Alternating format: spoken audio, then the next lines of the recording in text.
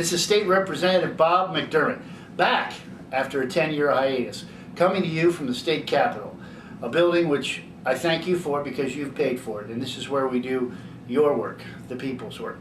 Today I want to talk about the governor's preschool initiative. Been a lot of talk about that in the news. He talked about it in his State of the State speech. First, let me say it's well intended. I applaud his intentions in this matter. I agree that preschool is part of the solution. Let me underscore that word, part. We have an education system here in Hawaii that's in a state of disarray. We have shared responsibility, which means no accountability. No one's in charge. Everyone passes the buck.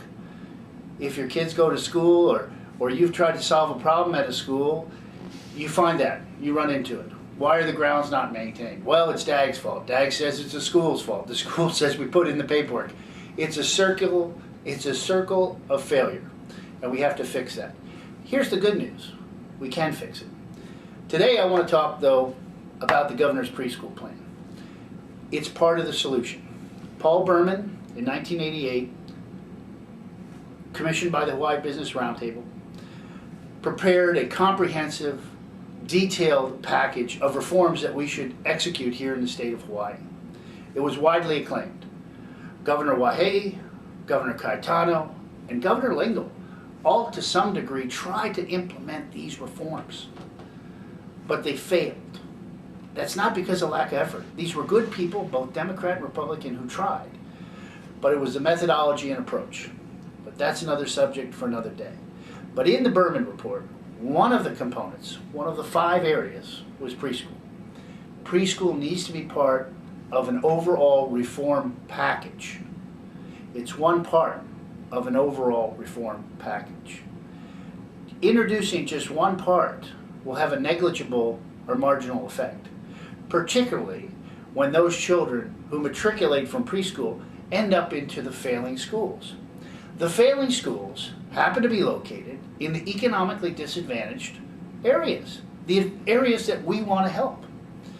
The preschools that we're going to give funding to are going to be targeted in these disadvantaged areas. So you have high schools, and we have about 5 of them in this state with dropout rates of 20% or higher. Think about that for a minute. 100 kids start in the 9th grade. 20 of them don't make it to graduate. Those kids are sentenced to a life of mediocrity in 98% of the cases. Anywhere you go, they ask for your high school diploma. It takes an act of Congress, almost, to join the military without a high school degree. High school diploma, excuse me. They take the best of the best. They can choose because it's a wonderful career, it's a wonderful progression. They have all the benefits and privileges that are associated with it. It's a great place, like the commercial says, it's a great place to start. So the competition to get a military is fierce. So what do these kids do? The governor's proposal is to start the preschool and put it in these areas with these failing secondary schools.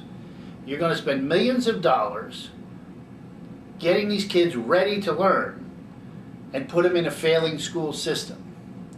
The effect will be negligible or marginal at best, a waste of money, unless part of an overall reform package.